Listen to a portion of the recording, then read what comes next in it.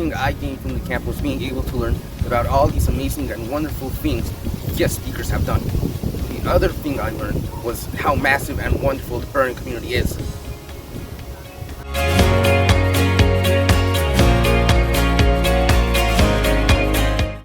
A new challenge for me was having to do an entire camp in a virtual call instead of person. I prefer doing things in person rather than online, which is why I found it difficult to talk to people in the virtual call.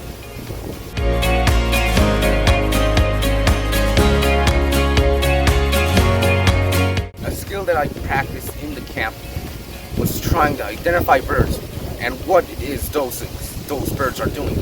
That is a skill that I would like to further develop on in the future.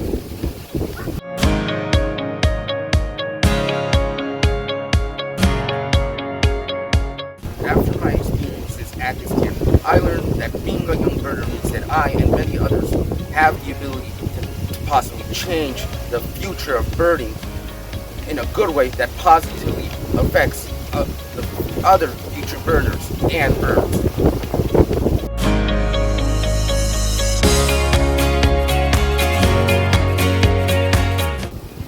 How the Hog Island camp experience contributes to my passion for birds as a groom leader is that it makes me want to go outside and research even more about the wonders of birds and what it is that makes them so wonderful.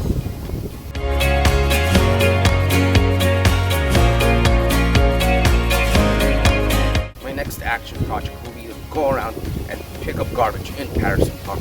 It won't be massive, but at least it will help the environment, the birds, and other animals that live in Patterson Park. I hope to one day build a community around this.